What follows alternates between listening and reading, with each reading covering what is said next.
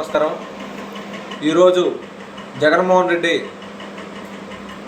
ట్విట్టర్లో కొన్ని అంశాల గురించి ప్రస్తావిస్తూ కూటమి ప్రభుత్వం మీద విమర్శలు చేయడం జరిగింది. వాటిలో ఒకటి, మేనిఫెస్టోని అమలు చేయడం లేదు అని చెప్పి ప్రస్తావించడం జరిగింది. 2, తల్లికి వందనం పథకం పేరుతో ప్రతి బిడ్డకి 15,000 ఇస్తామన్నారు. ఇంట్లో నలుగురు ఉంటే 60,000 ఇస్తామని చెప్పి ప్రస్తావించడం జరిగింది. ఇంకోటి 3, రైతులకి 20,000 ఇస్తామన్నారు, ఇంతవరకు ఇవ్వలేదని ప్రశ్నించడం ఆయన ప్రస్తావించడం జరిగింది. అయ్యా జగన్మోహన్ రెడ్డి, నీకు నిజంగా ఆంధ్రప్రదేశ్ ప్రజల మీద ఇంత ప్రేమ ఉంటే నీకు ఆంధ్రప్రదేశ్ ప్రజానికం 11 సీట్లు ఇచ్చారు, నువ్వు ఒక ఎమ్మెల్యేవి. మరి ఇవన్నీ కూడా అసెంబ్లీలో ఎందుకు ప్రస్తావించట్లా? నువ్వు ఎందుకు అసలు అసెంబ్లీకే రావట్లా? అసెంబ్లీకి రాని నీకు జీతం ఎందుకు?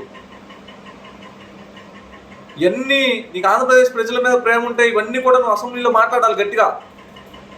నీకు అక్కడ సపరేట్గా ఒక చైర్ ఉంది, నీ 11 మంది సభ్యులు వచ్చి అక్కడ మాట్లాడాలి. కానీ ఎవరు రావట్లేదు ఎందుకు? నువ్వు ట్విట్టర్లో ట్వీట్లు వేసుకుంటే సరిపోతుందా? దీనికి మీరు సమాధానం చెప్పాలి. మీకు నిజంగా నిజాయితీ, విశ్వసనీయత ఉంటే అసెంబ్లీలో మాట్లాడాలి, ట్విట్టర్లో కాదు. ఆ ట్విట్టర్లో మాట్లాడిన అంశాలు కూడా మేనిఫెస్టో గురించి మాట్లాడుతూ ఉన్నావు.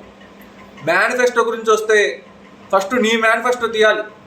నువ్వు మేనిఫెస్టోలో ఏం హామీ ఇచ్చావు? 2019 నుంచి 2024 సంపూర్ణ మద్యపాన నిషేధం చేస్తానని చెప్పి నువ్వు అధికారంలోకి వచ్చావు. చేసేవా నువ్వు సంపూర్ణ మద్యపాన నిషేధం? మీ వైసీపీ నాయకులు సొంత బ్రాండ్లు మద్యం వేరులై పారింది, అది నీ మేనిఫెస్టో. గెలవగానే పెన్షన్ 3,000 ఇస్తా అన్నావు. ఏం చేసావు? 10 సంవత్సరాలు 250 పెంచుకుంటూ పోతా అన్నావు. నువ్వు మళ్ళీ అక్కడ మాట తప్పావు. మీ సతీమణి గారు ఏం చెప్పారు?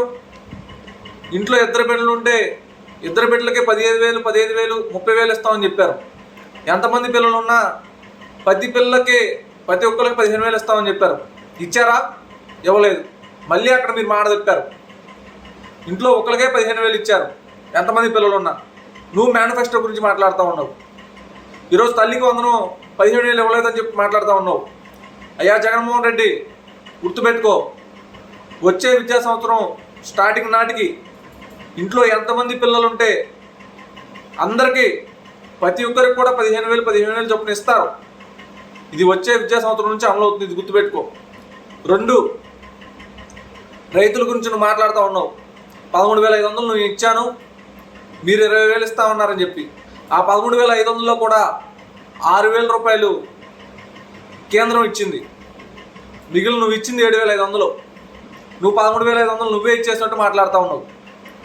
ఈరోజు కూటమి ప్రభుత్వం 10,000 రూపాయలు కేంద్ర ప్రభుత్వం నుంచి, 10,000 రూపాయలు రాష్ట్ర ప్రభుత్వం నుంచి 20,000 రూపాయలు ఇస్తానన్నమాట వాస్తవం. అది కూడా ఇస్తారు. మళ్ళీ పంటలు స్టార్ట్ చేసే టైంకి ప్రతి ఒక్క రైతుకి కూడా సాయం కింద, పెట్టుబడి సాయం కింద 20,000 రూపాయలు అందించనున్నారు. కూటమి ప్రభుత్వం ఏ ఒక్క విషయంలో కూడా మాట తప్పలా, అన్నీ అమలు చేసుకుంటూ వెళ్తానున్నారు.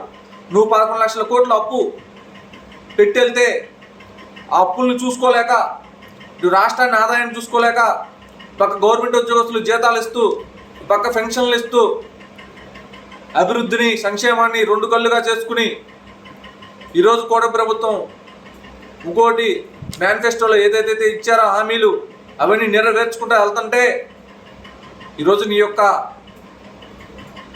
పనికి మాలినతనాన్ని, నీ యొక్క చేతగానితనాన్ని ప్రజలు గుర్తిస్తారని చెప్పి, ప్రజలందరికీ నీ గురించి తెలిసిపోయిందని చెప్పి ఈరోజు నువ్వు ప్రజల ముందుకు రాకుండా ట్విట్టర్లో మాట్లాడడం సరికాదు.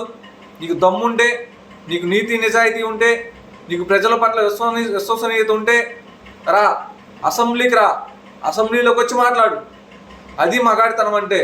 అసెంబ్లీకి రాకుండా నేను అసెంబ్లీకి రాను, నేను రోడ్లు వెంబడి తిరుగుతాను, నేను పల్లె నిద్రలు చేస్తాను, నువ్వెన్ని చేసినా కూడా జనాలు నిన్ను నమ్మే స్థితిలో లేరు. ఈరోజు కూటమి ప్రభుత్వం పక్క రోడ్లు వేస్తూ ఉన్నారు.